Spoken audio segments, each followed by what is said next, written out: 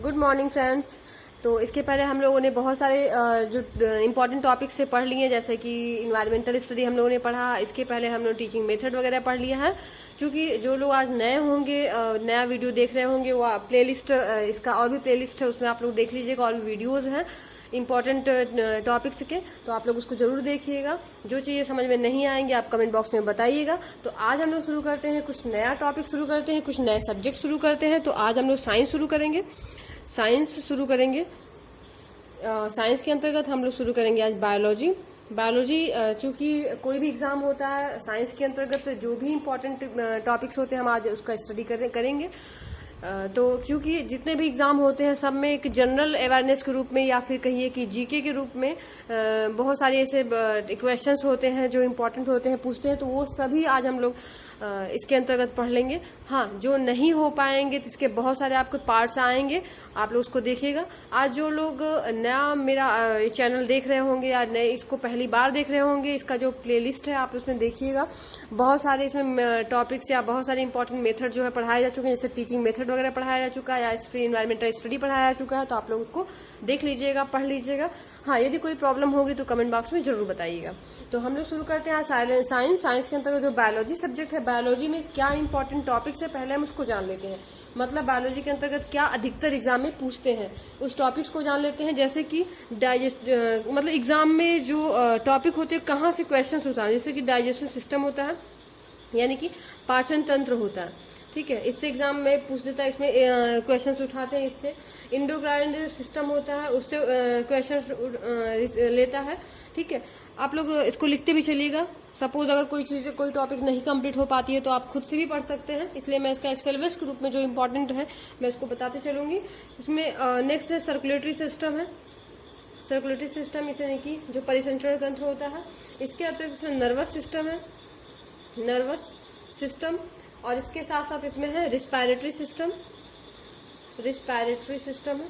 ठीक है, श्वसन तंत्र हो गया, नर्वस सिस्टम यानी कि इसमें हो गया तंत्रिका तंत्र। इसके साथ साथ जो विटामिन वगैरह है वो अधिकतर पूछ लेता है। विटामिन क्या होता है, कोई भी एग्जाम होता है नॉर्मली पूछ लेता है। ठीक है, इसके साथ साथ इसमें सेल आप पढ़िएगा। सेल क्या होता है, कोशिका जिसे कहते हैं। डिजीज, जो भी डिजीज होती है, जैसे कि जो वायरस से होने वाली है, या फिर बैक्टीरिया से होने वाला, या फिर प्रोटोजोआ से होने वाले हैं, या मतलब जितने भी डिजीज होते हैं, प्लांट्स में हुआ, एनिमल में हुआ, आप उसको जरूर स्टडी करिएगा। वैसे मैं आप लोग को इसका जो है हर वीडियो में सारे सब्जेक्ट या जो टॉपिक्स मैंने आपको लिखवाया है, इसका सबका मैं आपको बताऊंगी धीरे धीरे करके। ठीक है, तो आज हम लोग इसका पहले टॉपिक शुरू करते हैं। डाइजेस्टिव सिस्टम के क्या होता है, या फिर इसमें कौन कौन से पार्ट आते हैं, इसका मेन क्या मतलब वर्क है, वो सारी चीजें हम लोग पढ़ेंगे। ठीक है, चलिए हम शुरू करते हैं। फिर इसमें पहला टॉपिक डाइजेस्टिव सिस्टम यानी कि पाचन तंत्र। पहले थोड़ा सा हम जानते हैं बायोलॉजी के बारे में, यानी बायोलॉजी क्या होता है।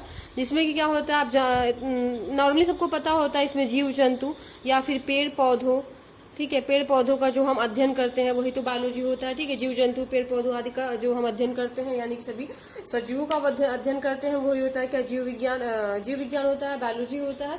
ठीक है, इसके जो बायोलॉजी है, इसके फादर कौन है, इसका मतलब फादर भी पूछता है कि जो फादर ऑफ बायोलॉजी कौन है, या फिर जीव विज्ञान के पिता कौन है। तो इसके कौन है, अरस्तु है।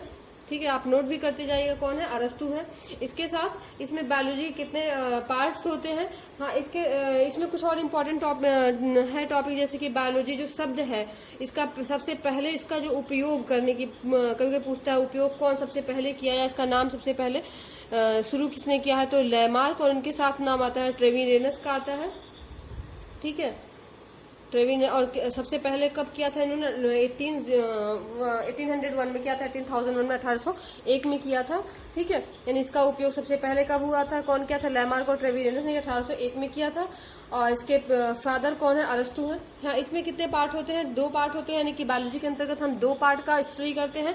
फर्स्ट इसमें कौन होता है, जूलॉजी है। फर्स्ट कौन आ जाएगा इसमें, जूलॉजी यानी कि जंतु विज्ञान बोलते हैं। और सेकंड कौन सा है इसमें, बॉटनी है, यानी कि इसको क्या बोलते हैं, वनस्पति विज्ञान बोलते हैं। ठीक है, तो हम नॉर्मली भी पढ़ेंगे कि इसके फादर कौन है। ठीक, और धीरे धीरे फिर हम इसको आगे बढ़ते जाएंगे नेक्स्ट वीडियो में।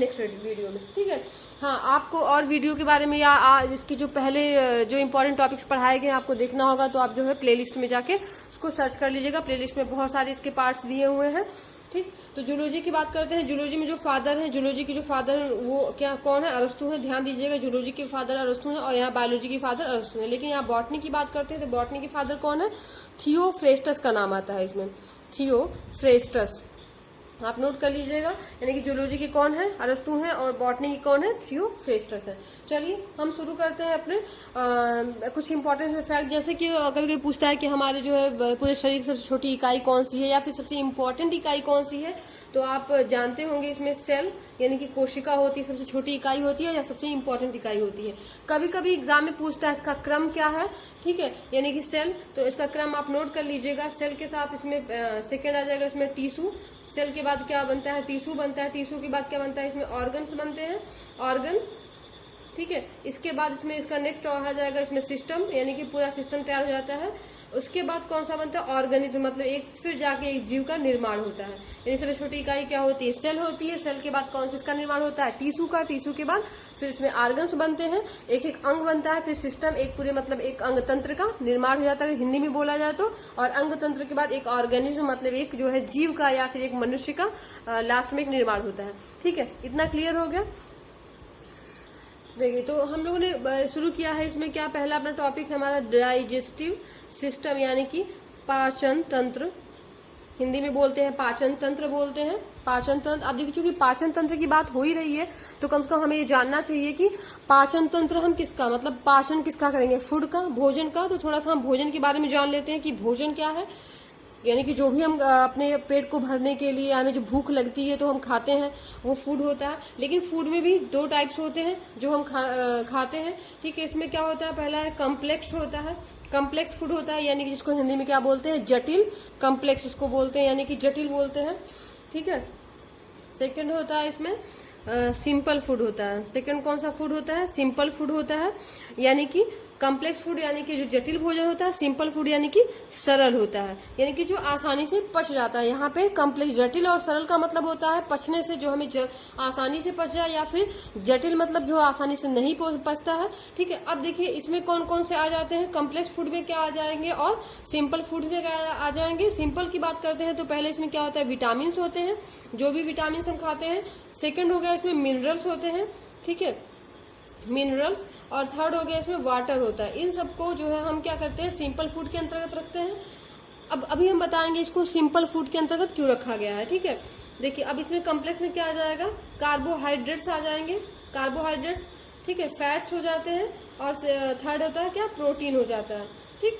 यानी कि कम्प्लेक्स फूड में आ जाएंगे कार्बोहाइड्रेट्स, फैट्स और प्रोटीन, और सिंपल फूड में हो जाएंगे विटामिन, मिनरल्स, वाटर। और क्यों इसको बांटा गया है, किस आधार पे हम कहते हैं कि सिंपल फूड है? देखिए, जब जिसका जो है पाचन हमें आसानी से हो जाए, मतलब उसको किसी चीज की आवश्यकता ना पड़े या फिर पचाने की जरूरत ना पड़े, वो खुद ही उसका पाचन हो जाए, वो क्या होता है? वो सिंपल फूड के अंतर्गत रखा गया है, ठीक है। यानी कि अवशोषित या खुद ब खुद अवशोषित हो जाता है, यानी इसको पाचन की आवश्यकता नहीं पड़ती। और एक बात और है, इसको हम चाहे जितना भी खाते रहे, मतलब हम दवा की बात नहीं कर रहे, फूड मतलब फूड के अंतर्गत हम कितना भी विटामिन ले या कितने मिनरल्स ले या फिर वाटर ले, वो हमें हमारे बॉडी को क्या करता है? नुकसान नहीं करता है। लेकिन इसीलिए इसको सरल फूड को बोलते हैं, सिंपल फूड बोलते हैं। लेकिन जो कार्बोहाइड्रेट्स होते हैं, फैट होते हैं, प्रोटीन होता है, उसके एक अनुपात में हम खा सकते हैं। इसको बहुत ज्यादा या फिर बहुत कम नहीं खा सकते हैं, क्योंकि इसको पाचन के लिए एक जो है एक विशेष क्रियाएं होती हैं, उसकी आवश्यकता पड़ती है। एक विशेष जो है इसमें क्या होता है? एंजाइम्स की आवश्यकता पड़ती है, ठीक है। अब एंजाइम की बात आ गई तो थोड़ा एक आप लोग इंपॉर्टेंट फैक्ट्स है जो आप इसको याद रखिएगा। यदि कभी कभी मान लीजिए एग्जाम में पूछता है कि एंजाइम, मान लीजिए ऑप्शन में दिया हुआ है एंजाइम या फिर वाटर भी दिया हुआ या फिर और भी अदर चीजें दी हुई हैं, और इसमें लिखता है कि इसमें पाचन किसके बिना पाचन संभव है या फिर किसके बिना पाचन संभव नहीं है। तो आप ध्यान दीजिएगा, यदि थोड़ी देर के लिए हम करें, ऐसा नहीं कि बिल्कुल नहीं, यदि थोड़ी देर के लिए एंजाइम जो होता है यदि हमारे शरीर में नहीं होता है तो भी इसका जो पाचन मतलब जो एंजाइम होता है इसका पाचन संभव हो सकता है। मतलब एंजाइम अगर नहीं है तो भी जो भी हम खाते हैं वो पाचन संभव हो सकता है। लेकिन अगर वाटर नहीं है तो हमारे जो शरीर में जो भी हम खाते हैं उसका पाचन संभव नहीं है। तो ध्यान दीजिएगा, इसके वाटर के बिना पाचन संभव नहीं होता है, लेकिन एंजाइम के बिना पाचन जो है संभव हो सकता है, ठीक है, संभव है। तो ध्यान दीजिएगा, इसके जो है एंजाइम अगर नहीं है तो भी पाचन संभव है, और अगर वाटर नहीं है तो पाचन संभव नहीं होगा। ध्यान दीजिएगा इसको। तो ये सारी चीजें आपको समझ में आ गई कि क्या होता है और एक बात और इसके साथ जाने की जो पाचन होता है यानी जो पाचक क्रिया होती है वो कैसा होता है, वो एक जो है जल अपघटन अभिक्रिया होती है। मतलब पूछता है कभी एग्जाम में तो कहिएगा ये हाइड्रोलिटिक होता है। हाइड्रोलिटिक यानी कि जल अपघटन अभिक्रिया होती है।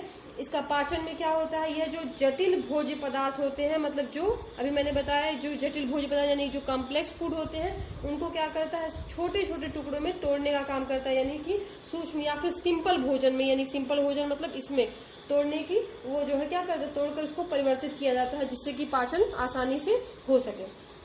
ठीक है, इतनी बातें क्लियर हुई। चलिए हम आगे शुरू करते हैं। इसमें हम डाइजेस्टिव सिस्टम की बात करते हैं, यानी कि इसमें टू टाइप्स में पढ़ेंगे, इसको दो भागों में बांट के पढ़ेंगे।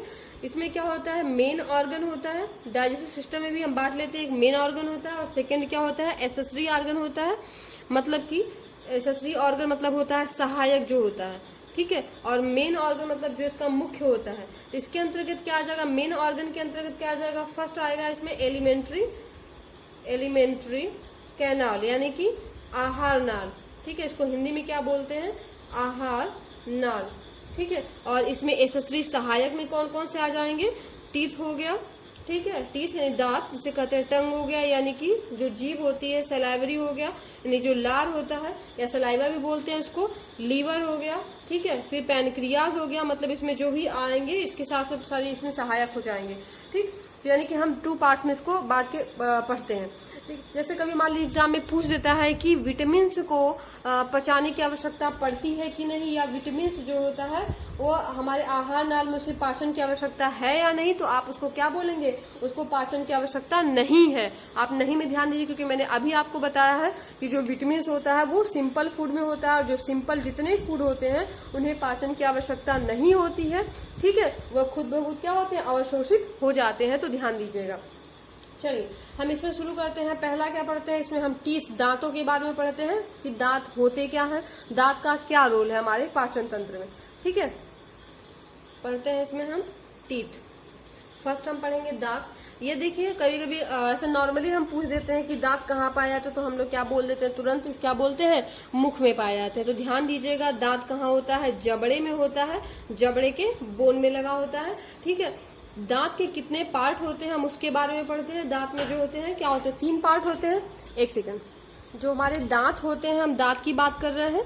जो हमारे टीथ होते हैं, इसमें टीथ में कितने पार्ट होते हैं, 3 पार्ट होते हैं। जो भी सबके जो दांत होते हैं, तो इसमें सबसे पहले ऊपर क्या होता है, इसमें क्राउन जिसे बोलते हैं, जो सबसे ऊपरी पार्ट होता है दांत का, और सेकंड होता है उसको नेक बोलते हैं। ठीक है, और थर्ड जो होता है उसको रूट बोलते हैं। ठीक है, अब क्राउन किसे बोलते हैं ये भी देख लीजिए। जो हमारा जो दांत का हिस्सा जो बाहर निकला होता है, दांत का जो ऊपर जो ऐसे दांत मान लीजिए, सपोज ये दांत हो गया, तो दांत का जो ऊपरी हिस्सा होता है ये जो होता है वो क्राउन होता है। ये फिर होता है मसूड़ी में, जो मसूड़ा उसको जो है क्या होता है, उसको छिपाए रखता है। तो जो मसूड़ी में जो धसा होता है, मसूड़ी से जो घिरा होता है वो भाग क्या होता है, वो होता है नेक कहलाता है, जो मसूड़ों से घिरा होता है। और थर्ड जो रूट होता है, जो मतलब अंदर धसा होता है या जबड़े में होता है। अभी मैंने बताया था कि जबड़े में होता है जो दांत होता है, तो जो जबड़े में घुसा होता है वो क्या होता है, रूट होता है। और एक बात और इसमें जो अक्सर पूछ देता है एग्जाम में कि हमारे जो शरीर का सबसे कठोरतम भाग कौन सा होता है या कठोरतम पदार्थ कौन सा है, तो हमारे शरीर का जो सबसे कठोरतम जो होता है वो क्या होता है, दांत का जो इनेमल पार्ट होता है, इसको क्या बोलते हैं, इनेमल बोलते हैं, जिसके वजह से दांत जो है बहुत ही कठोर होता है। तो ये इनेमल जो होता है वो पाया जाता है, ये सबसे हमारे शरीर का सबसे कठोरतम पदार्थ होता है। इसमें जो कठोरता आती है, जो हमारे दांत में कठोरता आती है, इनेमल की वजह से आती है, लेकिन अतिरिक्त जो कठोरता आती है इसमें वो किसके वजह से आती है, वो फ्लोराइड आयन के कारण होता है। मान लीजिए कभी पूछता है तो आप बताइएगा, फ्लोराइड जो आयन होता है उसके वजह से इसमें आता है। ठीक है, अब फ्लोराइड आयन की बात आ गई, जिसके साथ साथ हम इसमें और भी कुछ पार्ट पढ़ लेते हैं। फ्लोराइड आयन या फ्लोराइड जो होता है वो क्या है, देखिए जो फ्लोराइड होता है वो अगर हम जो पानी पीते हैं, जो पेय होता है, जो भी हम पेय यानी कि पानी पीते हैं या फिर कुछ भी जो भी हम पी रहे हैं, उसमें अगर फ्लोराइड आयन की बात करते हैं, यदि उसकी मात्रा अधिक हो जाती है, अधिक मतलब जो होता है नॉर्मली कितना होता है, 1 ppm होता है, 1 ppm होता है, लेकिन नॉर्मली 1 ppm होता है। किसी भी पेय पदार्थ में या फिर जल में, पानी में जो पीते हैं उसमें फ्लोराइड आयन की मात्रा कितनी होती है, 1 ppm होती है। लेकिन ये इसकी मात्रा यानी 1.5 ppm हो गया तो इसमें क्या होता है, जो दांत होते हैं वो हमारे दांत का जो इनेमल भाग होता है, इनेमल जो होता है वो क्या होता है, टूटकर गिरने लगते हैं। और जब टूट के गिरने लगते हैं उसको हम क्या कहते हैं, फ्लोराइसिस कहते हैं। इसको क्या कहते हैं, फ्लोराइसिस कहते हैं। ये कौन सा रोग हो जाता है, फ्लोराइसिस होता है, या इसी को हम क्या कहते हैं, डेंटल कैरीज कहते हैं। मतलब जो दांतों का क्या होता है, गिरना या झड़ना कहते हैं, जो दांत जो है टूट के गिरने लगते हैं। यानी कि जो पेय पदार्थ होते हैं पानी में 1.5 ppm यदि हो जाते हैं उसमें क्या, फ्लोराइड आयन, तो उसमें फ्लोराइसिस रोग हो जाता है या फिर डेंटल कैरीज रोग हो जाता है। ठीक है, अब इसी में हम देखिए, हम साथ साथ सारी चीजों का हम स्टडी करते जाएंगे। ऐसा नहीं कि अगर हम पाचन तंत्र पढ़ रहे हैं तो केवल पाचन तंत्र, यदि उससे रिलेटेड कोई और भी चीजें आ रही, इंपॉर्टेंट फैक्ट्स आ रहे हैं तो हम उसके साथ साथ पढ़ते जाएंगे। इससे क्या होता है, जब हम पढ़ाई करते हैं ना तो हमें सारी चीजें एक साथ याद रहती है। ठीक है, अब देखिए हम आ जाते हैं यहाँ पे डिजीज की बात कर ही रहे हैं तो एक और डिजीज की बात कर लेते हैं। देखिए यहाँ मैंने बताया 1.5 ppm ना, यदि वही पानी में, जल में यदि ये जो फ्लोराइड आयन अगर 2.5 ppm हो जाता है, ठीक है, इसकी मात्रा मतलब और बढ़ जाती है, कहिए ज्यादा बढ़ जाती है फिर और अधिक हो जाती है, तो क्या हो जाता है, आपने सुना होगा कि लोगों को जोड़ों का रोग हो जाता है, जो जोड़ों में दर्द होता है वो रोग हो जाता है। इसमें जोड़ों का जो रोग होता है या ज्वाइंट डिजीज कहते हैं। ठीक है, ज्वाइंट डिजीज, या फिर इसको कहते हैं नी नॉक कहते हैं। क्या बोलते हैं, नी नॉक। ठीक है, नी नॉक कहा जाता है। यानी कि ये डिजीज जो होता है हो जाता है जब पानी में इसका मात्रा क्या होता है, बहुत अधिक हो जाता है, यानी कि 2.5 ppm के बराबर हो जाता है, तो जोड़ों का रोग हो जाता है या फिर नी नॉक कहते हैं। अगर कभी पूछता है नी नॉक किससे कमी से, किसकी अधिकता से होता है, ध्यान दीजिएगा, फ्लोराइड आयन की अधिकता से होता है, न कि कमी से होता है। अधिकता की बात हो रही है, नी नॉक होता है, उससे थोड़ा सा अधिकता और अगर है तो क्या होता है, यदि कहता है बहुत ज्यादा अधिक है तो नी नॉक होगा। यदि इसमें ये भी दिया हुआ है, दोनों ऑप्शन दिया हुआ है, तो उसमें देखिएगा बहुत अधिक की बात करता है या अधिक की बात करता है। ठीक है, इतनी सारी बातें क्लियर हो गई। अब देखिए हम आगे पढ़ते हैं दांत में जो कितने टाइप्स के दांत हमारी है, तो अभी जो दांत है उसके पार्ट कितने हैं, दांत के जो पार्ट के बारे में भी हमने पढ़ा है। ठीक है, लेकिन दांत के जो टाइप्स कितने होते हैं, इसके आगे हम पढ़ते हैं दांत के कितने टाइप्स होते हैं। तो हम इसमें जानते हैं टाइप्स के बारे में पढ़ते हैं। जो टीथ होता है, टीथ के हम टाइप्स की बात पढ़ते हैं। टाइप्स जो होता है इसमें कितने होते हैं, हमारे दांत के कितने प्रकार होते हैं, 4 टाइप्स होते हैं। तो पहला हम पढ़ते हैं, इसमें पहला क्या, ऐसा करते हैं हम दांत का फिगर मतलब ऐसे कर लेते हैं तो आप लोगों को ज्यादा याद रहेगा। सपोज ऐसे दांत का जो है ये पार्ट बना हुआ है ऐसे। अब दांत का जो फ्रंट, इसको हम फ्रंट मान लेते हैं, जिधर से बंद है इधर से हम क्या कर लेते हैं, फ्रंट मान लेते हैं, मतलब हमारा जिधर से मुंह खुलता है। इसके जो सामने कितने होते हैं, 4 दांत होते हैं। हम अभी एक तरफ की मतलब एक ऊपर नीचे दोनों की बात नहीं कर रहे हैं। मान लीजिए नीचे का पार्ट है, ठीक है, ऊपर की बात नहीं, नीचे के, अब चूंकि जितना ही नीचे होगा उतना ही ऊपर होगा, तो ये नीचे का यानी नीचे जो फ्रंट साइड में होता है हमारा 4 दांत होता है। ठीक है, उसके दोनों तरफ कौन कौन से एक दांत होते हैं। ठीक है, और उसके बाद फिर ये जो है यहाँ पे होता है 2 दांत होते हैं, ये 2 हो गए। और फिर लास्ट वाले जो होता है, लास्ट में ये जो 3 होते हैं। ठीक है, जो हमारे सबसे लास्ट में होता है ये 3। अब इसको हम नाम कैसे, इसको नाम देके हम कैसे याद कर लेते हैं, इसको हम इंसीजर बोलते हैं। इंसीजर,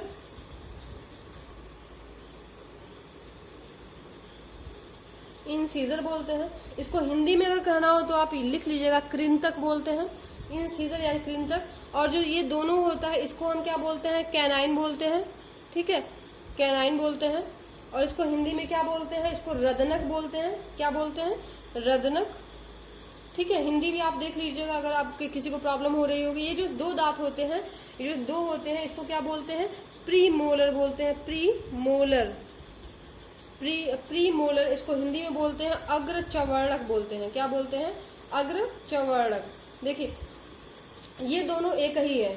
ठीक है, ये दोनों, जैसे प्री मोलर, इसको इंग्लिश दे दिया है, यहाँ पे क्या है, हिंदी है, तो ये जो है क्या होता है, ये प्री मोलर हो गया और ये क्या, अग्र चवर्णक हो गया।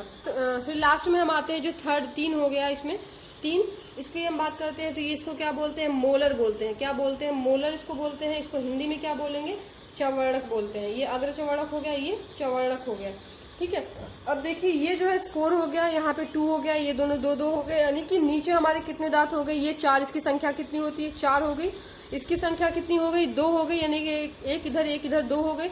इसकी संख्या कितनी हो गई, ये भी कितनी हो गई, 4 हो गया। और ये कितना हो गया, इसकी संख्या 6 हो गया। मतलब अगर हम नीचे की केवल बात करें तो 4 यहाँ, फिर ये 2, फिर 4, फिर 6 हो गया। ठीक है, और यानी कि इतनी संख्या नीचे, इतनी संख्या ऊपर हो गई, तो टोटल कितने हो जाएंगे हमारे, 32 दांत हो जाएंगे। हम थोड़ा इसके बारे में पढ़ लेते हैं। जो लास्ट के 3 दांत होते हैं, 3 का जो लास्ट वाला पार्ट होता है, ठीक है, इसको हम क्या बोलते हैं, इसको हम बोलते हैं, ये जो लास्ट का होता है, या थोड़ा इसको थर्ड जो वो होता है, थर्ड, ये 1 2 3 थर्ड होता है, इसको हम बोलते हैं विजडम टीथ बोलते हैं। विजडम टीथ जो आप जानते हैं कि ये सबसे लास्ट में, इसको हम कभी गांव में या ऐसे भी कहते हैं, नॉर्मली हमारे पापा मम्मी कहते हैं, या फिर आप सुने भी होंगे इसको क्या बोलते हैं, ये जो बुद्धि वाला दांत बोलते हैं कहीं कहीं, ठीक है। तो ये विजडम टीथ होता है, हम स्वतंत्र इसको बोलते हैं, मतलब इसके आने या फिर ना आने से कोई फर्क नहीं पड़ता है, ठीक है। ये सबसे लास्ट में आता है और सबको जरूरी नहीं होता है, ठीक। तो ये सारे हमारे दांत के प्रकार हो गए। तो अगर सबकी बात किया जाए तो ये कितने हो गए, यानी कि हमारे पूरे जो दांतों की संख्या हो जाती है। अगर इंसिजर की बात करते हैं तो टोटल कितने होते हैं, 8 होते हैं, मतलब 4 नीचे हो गया, 4 ऊपर, 8 हो गया, ठीक है। रत्नक कैनाइन की बात करते हैं तो 2 यहाँ 2 ऊपर हो जाती है, यानी कि रत्नक की संख्या टोटल कितनी हो जाती है, 4 हो जाती है। अगर चौड़क यानी प्री मोलर की बात करते हैं तो ये पूरी टोटल संख्या यहाँ पे 4 है, यानी कि पूरी टोटल संख्या कितनी हो जाएगी, 4 और 4 कितना हो जाएगा, 8 हो जाएगा। यहाँ पे 6 है तो ऊपर 6 6 12 हो जाएगा, तो यानी कि टोटल कितनी हो गई, 32 हो गया। तो ये कितना, ये क्लियर हुआ, 32, यानी टोटल कितने दांत होते हैं हमारे पूरे जो है जबड़े में, 32 होता है, ठीक है। चलिए अब हम थोड़ा और दांतों के बारे में अध्ययन करते हैं। जो कैनाइन होता है, कैनाइन की बात करते हैं, या जो शाकाहारी जंतुओं में क्या होता है, अनुपस्थित होता है, यानी कि अब्सेंट होता है। देखिए ध्यान दीजिएगा, अगर कोई पूछता है कि इसमें कौन से दांत जो होते हैं वो शाकाहारी जंतुओं में अनुपस्थित होता है, तो कौन सा होता है, वो कैनाइन होता है, ठीक है। एक दांतों के प्रकार हम पढ़ ही रहे, दांतों के बारे में पढ़ ही रहे, तो उसमें जान लीजिए जो मिल्क टीथ होता है, मिल्क टीथ यानी जो आप देखते हैं छोटे बच्चों के होते हैं, उनकी संख्या कितनी होती है, 20 होती है। टेम्प्रोरी भी हो सकते हैं, मतलब ये क्या होते हैं, अस्थायी होते हैं। ये कैसे होते हैं, अस्थायी होते हैं। और हम जब नॉर्मली दांत की, परमानेंट दांत की बात करते हैं, वो कितने होते हैं, 32, क्योंकि आप 20 जानते हैं कि वो जो है झड़ जाते हैं, मतलब टूट जाते हैं, फिर टूटने के बाद फिर निकल आते हैं, तो उनकी हम बात करते हैं, इसको क्या बोलते हैं, मिल्क टीथ बोलते हैं, टेम्प्रोरी टीथ भी बोलते हैं। हाँ, हम बात कर रहे थे कैनाइन की। कैनाइन अब्सेंट क्यों होता है, थोड़ा अब इसके बारे में जान लेते हैं, अब्सेंट क्यों होता है। देखिए इसके कार्य के आधार पे हम इसको तुरंत समझ जाएंगे। देखिए पहला जो होता है इंसीजर, यानी कृंतक इसे बोलते हैं। कृंतक क्या होता है, इसका काम क्या होता है, बीटिंग एंड कटिंग होता है, मतलब जो कटिंग मतलब काटने का काम करता है। इसका आकार कैसे होता है, रुखानी की तरह होता है, मतलब शेप इसका कितना होता है, एकदम जैसे कि आप क्या कह सकते हैं, उसका एक चील शेप्ड होता है, तो उसको रुखानी हिंदी में बोलते हैं, ठीक। और यहाँ पे जो सेकंड होता है, ये रदनक जो होता है कैनाइन, इसका जो खंजर की तरह होता है, खंजर की तरह होता है, यानी कि इसका काम क्या होता है, चिड़ना या फाड़ना होता है। और चिड़ना और फाड़ने की आप बात करते हैं तो क्या होता है, मांसाहारी जंतुओं में होता है या फिर सर्वाहारी, जैसे मनुष्य की बात कर ले, क्योंकि मनुष्य में भी कोई कोई शाकाहारी होते हैं, लेकिन वो क्या शाकाहारी को यहाँ पे जो है नहीं देखा जाता है, बल्कि एक नॉर्मली की बात किया जाता है, तो मनुष्य को क्या सर्वाहारी में रखा जाता है, ठीक है। तो इसीलिए मनुष्य में पाया जाता है। लेकिन जो मतलब ऐसे जो जंतु होते हैं जो प्योर शाकाहारी होते हैं, जैसे रैबिट वगैरह की बात करते हैं, तो उनमें क्या होता है, कैनाइन क्या होता है, अब्सेंट होता है, क्योंकि वो चिड़ने फाड़ने का काम नहीं करते, बल्कि कुतरने का काम करते हैं। उनके जो दांत होते हैं कुतरने में होते हैं। इसके साथ साथ जो होता है वो प्री मोलर की बात करते हैं, वो चबाने के लिए होता है, जो मोलर होता है वो भी चबाने के लिए होता है। कैनाइन होता है चिड़ने फाड़ने के लिए होता है। तो ध्यान दीजिएगा, चिड़ने फाड़ने के लिए होता है, इसीलिए ये जो शाकाहारी जो जंतु है उसमें क्या होता है, ये अब्सेंट होता है। इतनी सारी बातें आपको क्लियर हुई। चलिए आज तो हम दांत के बारे में पढ़े हैं, ठीक है। इसका अगले टॉपिक आता है, हम उसमें और इसके जो अगला नेक्स्ट पार्ट है उसके बारे में पढ़ेंगे, ठीक है। अभी दांतों का कुछ है इसमें, जैसे कि इसमें फार्मूला क्या होता है। चलिए ठीक है, ऐसा करते हैं, हम बता ही देते हैं। नेक्स्ट पार्ट में कुछ और नया टॉपिक शुरू करेंगे, ठीक है। दांतों की प्रकार की बात कर रहे हैं, तो हम उसमें एक और दांत की प्रकार की बात करते हैं, जिसमें कि इसको बोलते हैं एवरग्रीन। इसको बोलते हैं एवरग्रीन टीथ होता है, एवरग्रीन टीथ होता है, या फिर इसको एवर ग्रोइंग भी बोलते हैं, मतलब जो हमेशा बढ़ते रहते हैं, इसको हम क्या बोलते हैं, एवर ग्रोइंग बोलते हैं, ठीक है। बढ़ने का बाद, अब बढ़ता क्यों है ये भी थोड़ा जान लीजिए। जैसे कि मान लीजिए ये हमारा टीथ है, ठीक है, ये हमारा टीथ है, ठीक। तो टीथ में आप इसको नॉर्मली टीथ समझिएगा, ठीक है। और इसमें जो होता है, हर जितने भी टीथ होते हैं चाहे किसी भी जंतु में हो, वो सभी में क्या होता है, रूट कैनाल पाई जाती है, ठीक है। रूट कैनाल होती है। रूट कैनाल मतलब ये जो है यहाँ से, ये जो इसका जो रूट होता है, इसमें पतली पतली जो है कैनाल के रूप में होती, संकरा होती है, ठीक है। तो ये जो होता है रूट कैनाल इसको बोलते हैं। ये जो है रूट कैनाल जो होता है हमारे ब्लड से जुड़ा होता है, यानी ब्लड से क्या करता है, पोषक तत्वों को हमारे दांतों तक पहुंचाता है, ठीक है।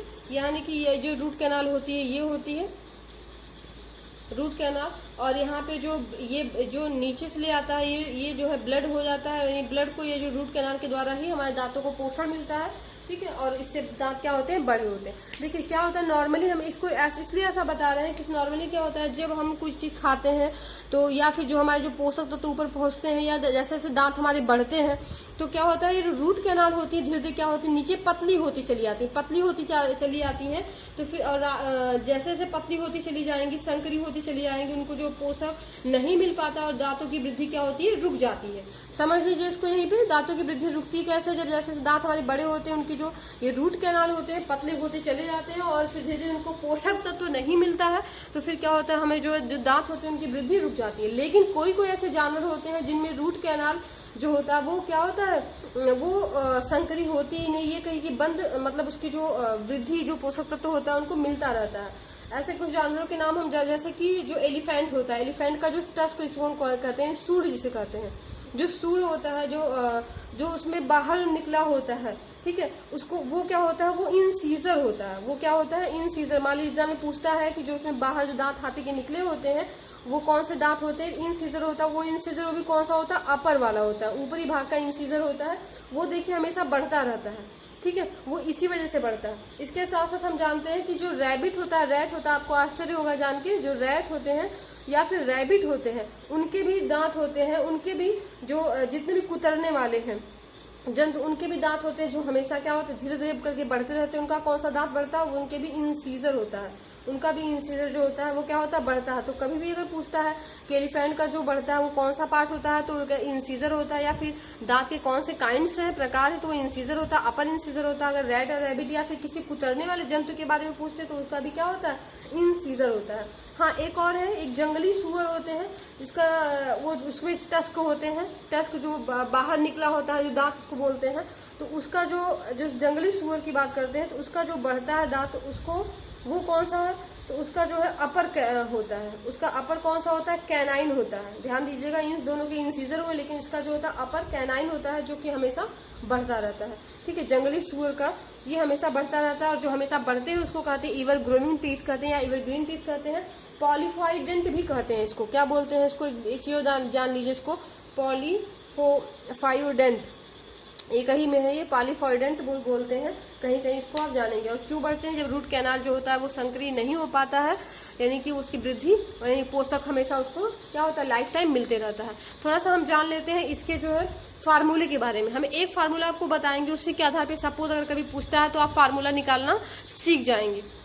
देखिए, कभी भी एग्जाम में अगर फार्मूला पूछता है तो आपको हमेशा पूछेगा, ऐसे दे देगा, ठीक है, ऐसे देगा, और पूछेगा कि ये जो है इसमें बताइए, इस फार्मूले को निकाल के बताइए कि कितने दांतों की संख्या कितनी होगी।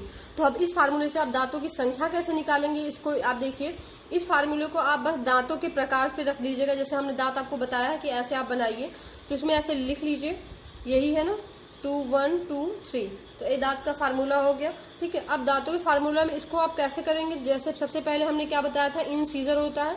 ठीक है, ये जो है यहाँ पे क्या हो गया, इंसीजर हो गया। सेकेंड ऐसा मैंने बताया था कैनाइन होता है, तो आप कैनाइन लिखिए। थर्ड पे क्या होता है, प्री मोलर होता है, तो यहाँ पे क्या हो गया, प्री मोलर हो गया। और यहाँ पे जो तीसरी संख्या दिया है वो कौन होता है, मोलर होता है, ये मोलर हो गया। ठीक है, यानी कि नीचे की ये दिखाया है, यानी कि जो दांत है ये क्या दिखाया है, ये नीचे का पार्ट है। तो अब देखिए इसको, यानी कि दोनों को प्लस कर लिए, 2 2 और कितना हो गया, 4 हो गया। ये तो नीचे का पार्ट है ना, तो यानी कि ऊपर भी दोनों को मिला के कितना हो जाएगा, इसमें 8 हो जाएगा। ऐसे यहाँ पे 1 1 2 हो गया, और 2 × 2 करेंगे तो कितना हो जाएगा, इसमें 4 हो जाएगा। फिर 2 2 कितना हो जाएगा, 4, यानी कि 4 × 2 करेंगे तो कितना हो जाएगा, 8 हो जाएगा। फिर 3 3 को कितना करेंगे, 6 हो गया, और × 2 करेंगे तो कितना हो जाएगा, 12 हो जाएगा। अब टोटल करेंगे तो संख्या कितनी हो गई, 12, यानी 32 हो गई, यानी कि 32 हो गई, यानी कि किसका, ह्यूमंस का पूछा है। ऐसे फार्मूले से आप निकालना ऐसे सीख जाएंगे। ऐसे बहुत से फार्मूले हैं, जैसे कि अगर ह्यूमन चाइल्ड की बात करें तो ह्यूमन जो चाइल्ड होता है उसका फार्मूला 2102 होता है। आप इसको निकालिएगा कि ह्यूमन में कितने हो गए। जहाँ 0 है तो समझ जाइए कि वो जो है क्या होता है, एब्सेंट होता है।